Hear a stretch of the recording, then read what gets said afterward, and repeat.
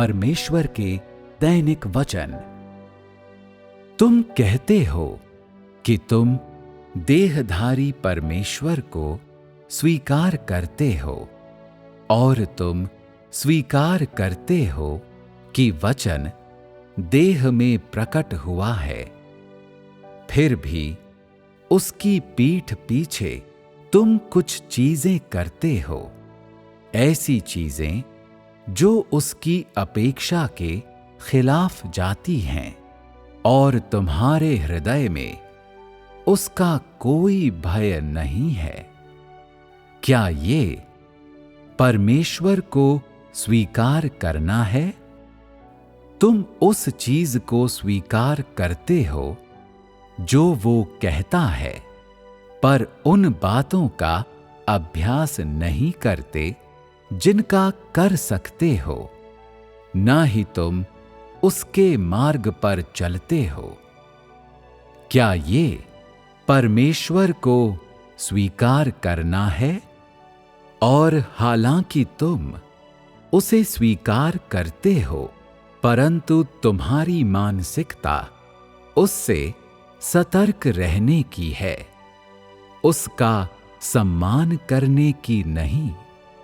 यदि तुमने उसके कार्य को देखा और स्वीकार किया है, और तुम जानते हो कि वो परमेश्वर है, और फिर भी तुम निरुत्साह और पूर्णतः अपरिवर्तित रहते हो, तो तुम उस तरह के व्यक्ति हो जिसे अभी जीता नहीं गया है।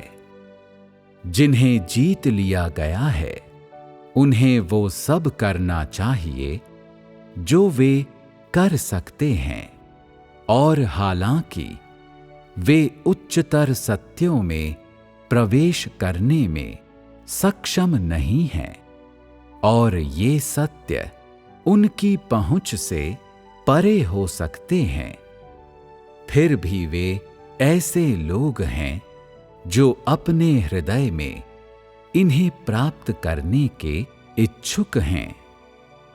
ऐसा इसलिए है क्योंकि वे जो स्वीकार कर सकते हैं उसकी सीमाएं हैं, और जिसका वे अभ्यास करने में सक्षम हैं उसकी भी सीमाएं हैं।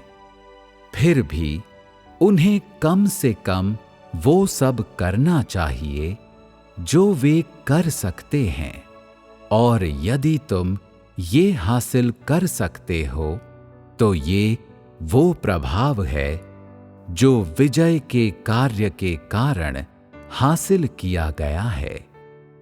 मान लो तुम कहते हो, ये देखते हुए कि वो ऐसे अनेक वचन सामने रख सकता है जिन्हें मनुष्य नहीं रख सकता।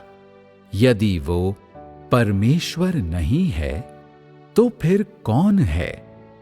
इस प्रकार की सोच का ये अर्थ नहीं कि तुम परमेश्वर को स्वीकार करते हो। यदि तुम परमेश्वर को स्वीकार करते हो तो ये तुम्हें अपने वास्तविक कार्यों के द्वारा प्रदर्शित करना चाहिए। यदि तुम किसी कलीसिया की अगुवाई करते हो परंतु धार्मिकता का अभ्यास नहीं करते और धन और संपदा की लालसा रखते हो और हमेशा कलीसिया का पैसा हड़प लेते हो, तो क्या ये स्वीकार करना है कि परमेश्वर है? परमेश्वर सर्वशक्तिमान है और श्रद्धा के योग्य है। तुम भयभीत कैसे नहीं होगे यदि तुम वास्तव में स्वीकार करते हो कि परमेश्वर है? अगर तुम ऐसे घृणित कार्य करने में सक्षम हो तो क्या तुम वास्तव में उसे स्वीकार करते हो? क्या वो परमेश्वर ही है जिसमें तुम विश्वास करते हो? जिसमें तुम विश्वास करते हो वो एक अज्ञात परमेश्वर है।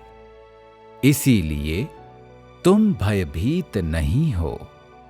जो लोग वास्तव में परमेश्वर को स्वीकार करते और उसे जानते हैं, वे सभी उसका भय मानते हैं और ऐसा कुछ भी करने से डरते हैं जो उसके विरोध में हो या जो उनके विवेक के विरुद्ध जाता हो।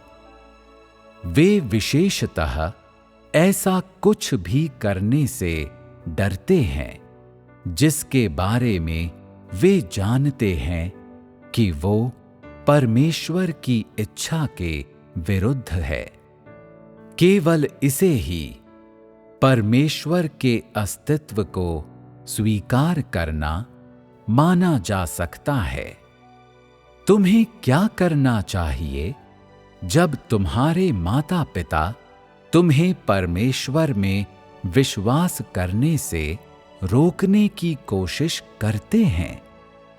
तुम्हें परमेश्वर से कैसे प्रेम करना चाहिए जब तुम्हारा अविश्वासी पति तुम्हारे साथ अच्छा व्यवहार करता है, और तुम्हें परमेश्वर से कैसे प्रेम करना चाहिए जब भाई और बहन तुमसे घृणा करते हैं?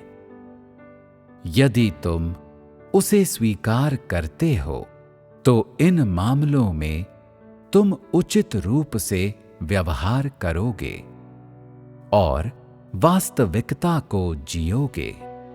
यदि तुम ठोस कार्य करने में असफल रहते हो, परंतु मात्र कहते हो कि तुम परमेश्वर के अस्तित्व को स्वीकार करते हो, तब तुम मात्र एक बकवादी व्यक्ति हो।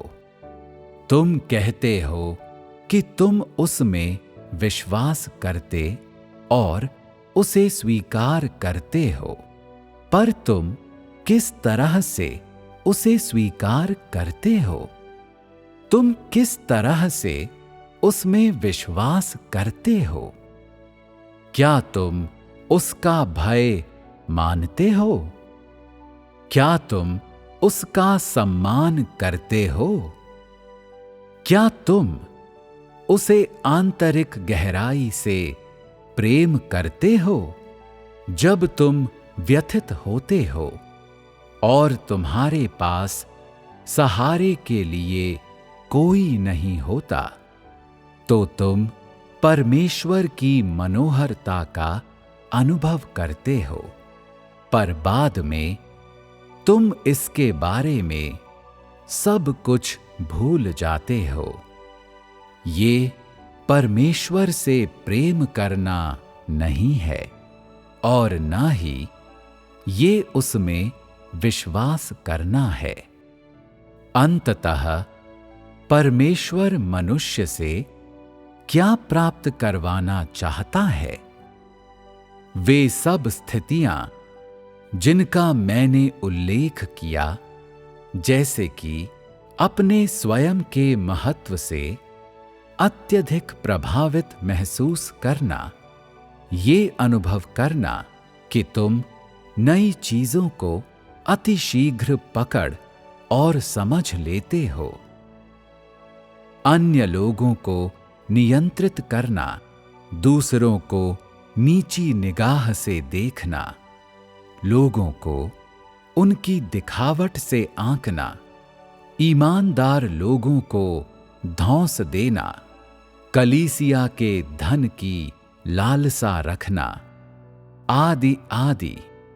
जब ये सभी भ्रष्ट स्वभाव तुम में से अंशतः हटा दिए गए हों, केवल तभी तुम पर पाई गई जीत अभिव्यक्त होगी।